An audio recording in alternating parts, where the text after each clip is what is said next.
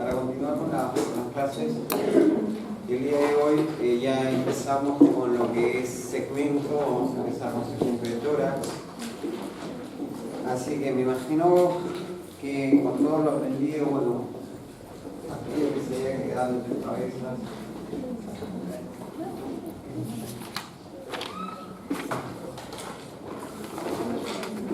y tienen la capacidad de por lo menos tener una idea de lo que es una radiografía de tórax, ¿correcto?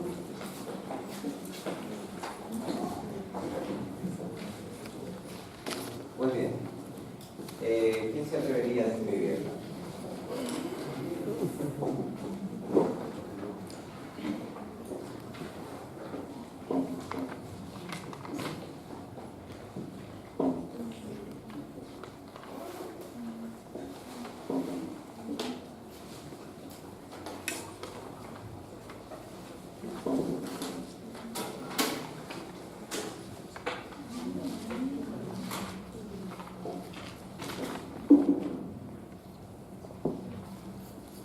¿Nadie? ¿Por un punto sobre su examen? ¿Tampoco? ¿Líneas de examen? No. ¿Qué son las líneas B de Kerr? Se presenta cuando hay congestión pulmonar. Edema intersticial. Cuando se presenta edema intersticial, Por puede ser una estenosis muscular. no te vayas a lo más complicado. Hipertensión pulmonar. Cuando tienes una cardiopatía, punto, se va. No lees más. ¿Cuántas líneas más? Hay las B, hay las A, hay las C. ¿Qué saben de las A? ¿Qué saben de las C? Entonces, como estamos aprendiendo a interpretar placa, si no conocen lo normal, no se metan con lo patológico. Si no conocen lo normal, no saben si hay algo que está bien o está mal. Vamos con lo normal. ¿Qué les impresiona la placa? ¿Cómo podrías describirla? ¿Alguien tiene alguna idea?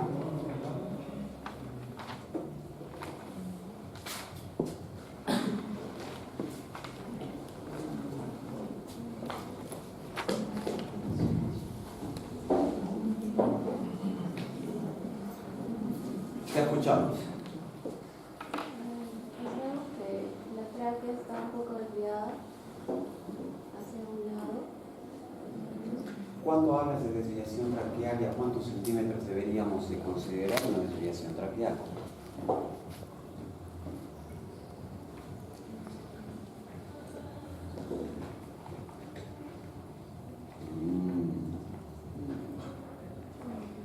Está como el sombrero de Harry Potter encima de usted. ¿Dónde voy a poner? ¿Qué nota voy a poner? Bien. En primera instancia, esto era importante para mí saber por qué, porque según esto yo ya me voy haciendo una idea de sobre qué estamos trabajando con ustedes. ¿Ya? Ya llevamos ¿cuántas clases con ustedes? 3, ¿no? 2, con esta 3, ¿no? Una medita, algo para que finalicemos las clases, porque si no, poquito perdido vamos a estar, ¿no? Bien. Entonces, esta es una radiografía de tórax normal. ¿Ya? Vamos a aprender a cómo se ve las incidencias de una radiografía, qué es lo que debemos saber, qué es lo que debemos conocer para saber si es una radiografía antero-posterior o postero-anterior. Vamos a saber si hay o no desviación traqueal, vamos a saber si es patológica o es normal, independientemente de los hallazgos que se encuentren. Vamos a determinar o aprender a determinar a partir de qué edad podemos encontrar un botón aórtico y poder decir solo mirando la placa la edad aproximada del paciente, si hay o no algunas variaciones anatómicas o malformaciones, y todo eso lo vamos a ir aprendiendo a medida que vamos avanzando con el curso. Entonces tenemos que aprender a reconocer primero las estructuras. ¿Ya? Esta es una radiografía de tórax, y si no conocemos los límites de la radiografía de tórax en relación al parénquima pulmonar con el mediastino, un poco nada vamos a aportar en una radiografía de tórax. Entonces lo primero que estamos viendo es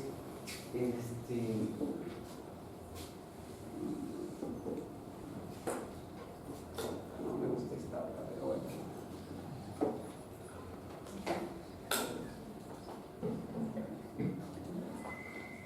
Acá lo que estamos viendo, esta línea de acá, es la línea paratraqueal derecha. ¿Ya? Estas imágenes que nosotros las vemos desplazadas indistintamente como puntos radiopacos, lo llegan a ver, ¿no es cierto? Son las arterias interlobares que están como forman parte de lo que es el ilio. El ilio está formado, las tramas ciliares están formadas ¿por qué? ¿Ah? Bronquios, arterias, venas, linfáticos, ¿no es cierto? Perfecto. Muy bien, acá tenemos la aurícula derecha. En esta imagen que nosotros la vemos acá, justo a este nivel, que se llega a hacer la delimitación, ¿correcto? Esta de acá es el receso esófago, ácido esofágica, que llega hasta la parte de cavidad abdominal. A este lado tenemos estas imágenes que se ven, es el borde del cuerpo vertebral, lo que le llamamos las líneas paraespinales, estas de acá. Esta imagen que nosotros vemos acá, esta de acá, que está sobrepuesta, ¿qué sería? ¿Ah? ¿Ah? No, esto de acá, es la aorta. ¿Ya? Muy bien, ventrículo izquierdo. En esta parte de acá vemos el tronco pulmonar, y en la parte de acá lo que nosotros vamos a ver es el botón aórtico. ¿Ya? Un botón aórtico prominente lo podemos esperar encontrar en pacientes mayores de 35 años. Entonces, si ustedes ven una placa radiográfica donde se ve un botón aórtico discretamente prominente, ustedes ya saben que ese paciente lo más probable es que sea más de 35 años. Si se ve mucho más acentuado, le damos a 45. Si es mucho más acentuado, es un paciente ya de entre los 50 a 70 años de frente, sin temor a equivocarse. ¿Ya? Otra de las cosas que se deben conocer es la densidad que puede existir en la parte de base de ambos campos pulmonares. Cuando lo vemos muy radiopaco, que hay una marcada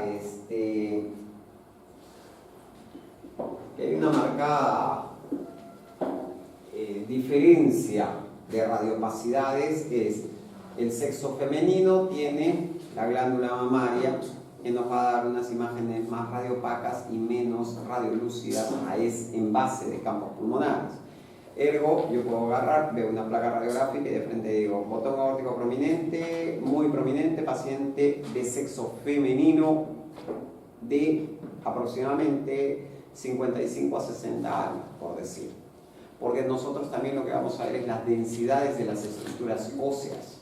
Si yo veo una densidad de estructura ósea que se encuentra discretamente alterada la densidad, inmediatamente yo digo, ya, esto puede corresponder a un proceso degenerativo, y este paciente, pues con mayor razón, es de unos 60 años, ¿no? Debe estar osteoporótica, y vas indagando en los datos del paciente, y ustedes que van a ver la parte clínica y la parte imagenológica y laboratorial se van a dar cuenta que de repente el paciente ya con insuficiencia renal recibía, qué sé yo, alguna artropatía, una colagenopatía que involucraba tratamiento con corticoides, y eso generaba una alteración en la estructura ósea. Ergo, yo estoy ya sacando una conclusión de las patologías o las comorbilidades que pueda tener este paciente. Entonces, importante saber, si tiene la radiopacidad en la parte inferior, que es bilateral, entonces nosotros decimos sexo femenino. ¿Por qué? Porque es la glándula mamaria. Salvo que tengan la mala suerte de que el paciente sea masculino y que tenga ginecomastia, y ustedes digan que es sexo femenino y jalaron, chingaron su examen y punto, se acabó. Que puede ser el caso que se les ponga un caso en el examen, uno nunca sabe.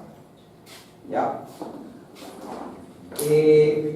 Una vez que conocemos las relaciones del mediastino con el parénquima pulmonar, ver que estas tramas siempre van a llegar hasta 2/3 antes de la parte más distal del parénquima pulmonar. Es decir, si yo pongo, a la hora que pongo una placa, ya no lo voy a hacer en la práctica, si no se los explico, trato de tapar esta parte de acá y trato de ver si llega o no trama iliar a las partes más distales del parénquima. Normalmente no debería verse. Normalmente yo debo de ver toda esta trama hasta acá, y los 2 últimos tercios estar limpio. Entonces yo veo eso y digo, ay, así es una radiografía de tórax normal, es un paciente, qué sé yo, ¿no? Que solo viene con un proceso a descartar, un proceso infiltrativo, un proceso de origen inflamatorio, por decirlo. Entonces, hacer esa verificación de hasta dónde llega, ya les dije hasta dónde puede llegar en el caso de lo que es normal. Ahora, lo que vemos nosotros a este nivel de acá, y acá vemos una bifurcación, ¿correcto? Esto vendría a ser ¿qué? La carina. La carina tiene una bifurcación a nivel de ¿qué? D3, D4. ¿Ya? Entonces yo espero encontrar esa bifurcación en D3, D4. Ahora, cuando voy a hablar en los pacientes con un botón aórtico prominente, con calcificaciones, y que el paciente, pues lo más probable es que tenga ateromatosis y qué sé yo, me va a generar un desplazamiento de la tráquea. Pero en el caso que yo no veo un botón aórtico prominente y yo la tráquea la vea casi en la misma rectitud de las espinas, de las apófisis espinosas centrales, para mí no hay desplazamiento, ¿ya? Porque esa es su disposición, justo por encima de columna vertebral. Ahora, vamos a tener un bronquio más alto que el otro. ¿Cuál es el más alto? ¿Ah? ¿Cuál?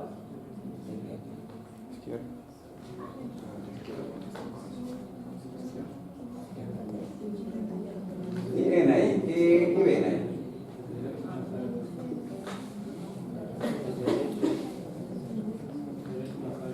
Solo van a leer, ¿verdad? Y esto ya no se les puede dar como poquito todo. Los arcos costales. Cuando yo hable de una radiografía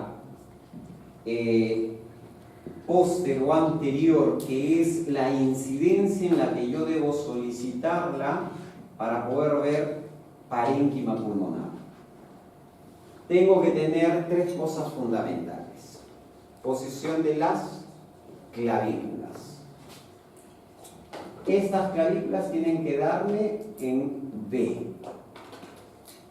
¿Ya? Me van a dar en B, y justo las caras articulares tienen que estar en una distancia o equidistantes de las apófisis espinosas centrales. Tienen la misma dimensión, entonces yo digo que es una radiografía anteroposterior centrada, con las clavículas hacia abajo. Las escápulas tienen que estar fuera del campo pulmonar, ¿ya? Y Como normalmente son tomadas en bipedestación, tengo que ver cámara gástrica a este nivel.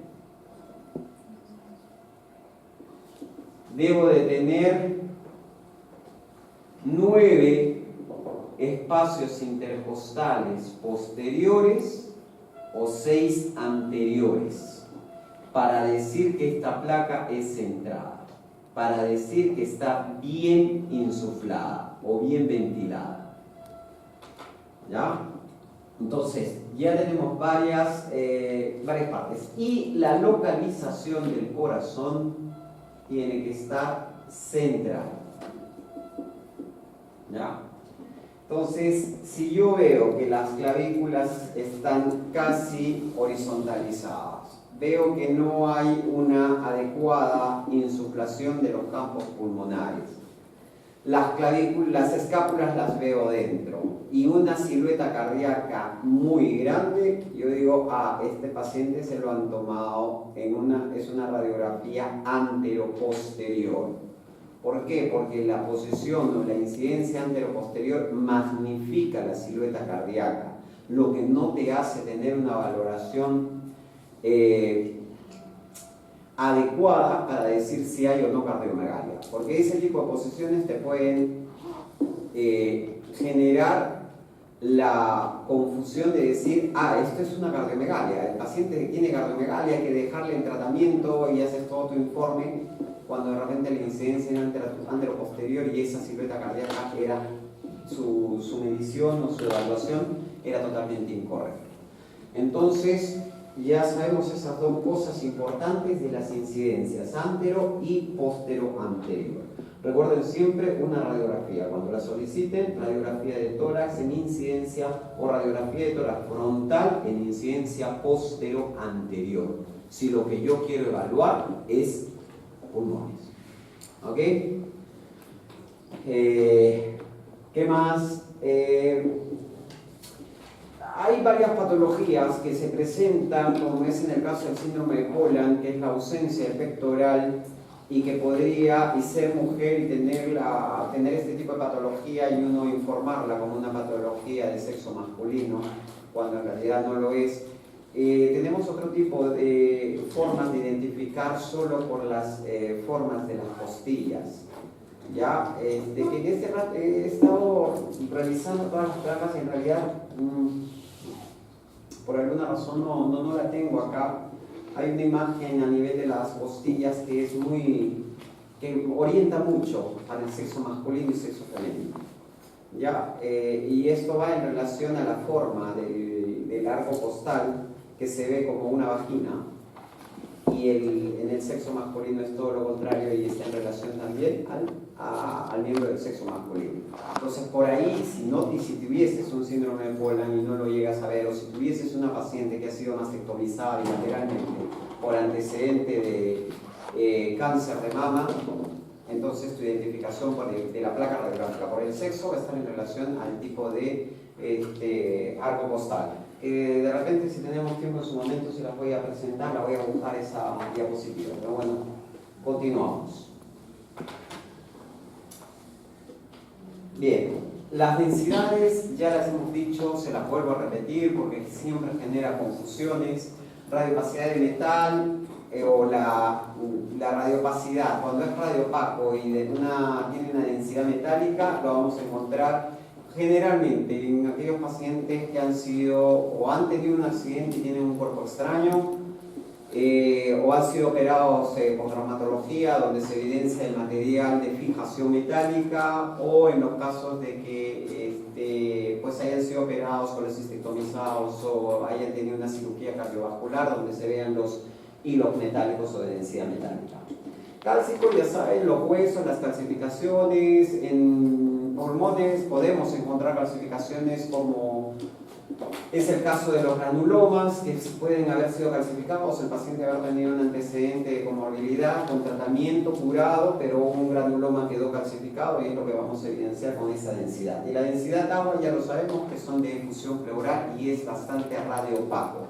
Por eso es que les pongo radiopacidades, metal, calcio y agua. Son radiopacos los tres. Las densidades son diferentes, obvio, pero ya ustedes, como ya se los he repetido 1 y 2 y con esta 3 veces, ya deben aprender o saber por lo menos la disquisición de qué es una efusión, qué es una calcificación y qué es un material metálico. La radiolucidez, ya saben, grasa y aire, ¿no? La grasa la van a encontrar en los planos intermusculares, que lo hemos visto en casi la mayoría de placas radiográficas que se puedan presentar, y el aire lo vamos a encontrar tanto en los bronquios como en la tráquea. Nuevamente les pongo densidades para que no se olviden. El aire es negro, por decirlo así, gris la grasa, el agua es blanca, la densidad cálcica, que es la del hueso, y la metálica, que es muy radiopaca. ¿Ya? Entonces, hasta ahí ya ni vuelta a quedar. O sea, con esto no hay perdón para que se equivoquen en el momento de que se tenga que hacer una disquisición. Lo que ya habíamos hablado, lo que ya se les había explicado, criterios de evaluación, inspiración de la placa. Yo tengo un paciente que está en posición en bipedestación, y miren, por ejemplo, en este caso, y era lo que les decía, es una paciente de sexo femenino, ¿no? A diferencia de la placa anterior, miren esta placa, ¿no? Y ahora, miren esta placa, ¿no? Y vemos acá claramente el tejido mamario, que es el que le genera, no tú ves muy radiolúcida la parte de los pulmones a ese nivel, pero sí la llegas a ver en la parte más inferior, a nivel del ángulo postdiafragmático, acá, ¿no? Esta parte de acá y esta parte de acá la vemos más radiolúcida que esta parte de acá, pero eso es por la interposición de la glándula mamaria. Como les había dicho, son 9 arcos costales posteriores y 6 anteriores. Es lo que se tiene que tener en una buena inspiración. Las escalas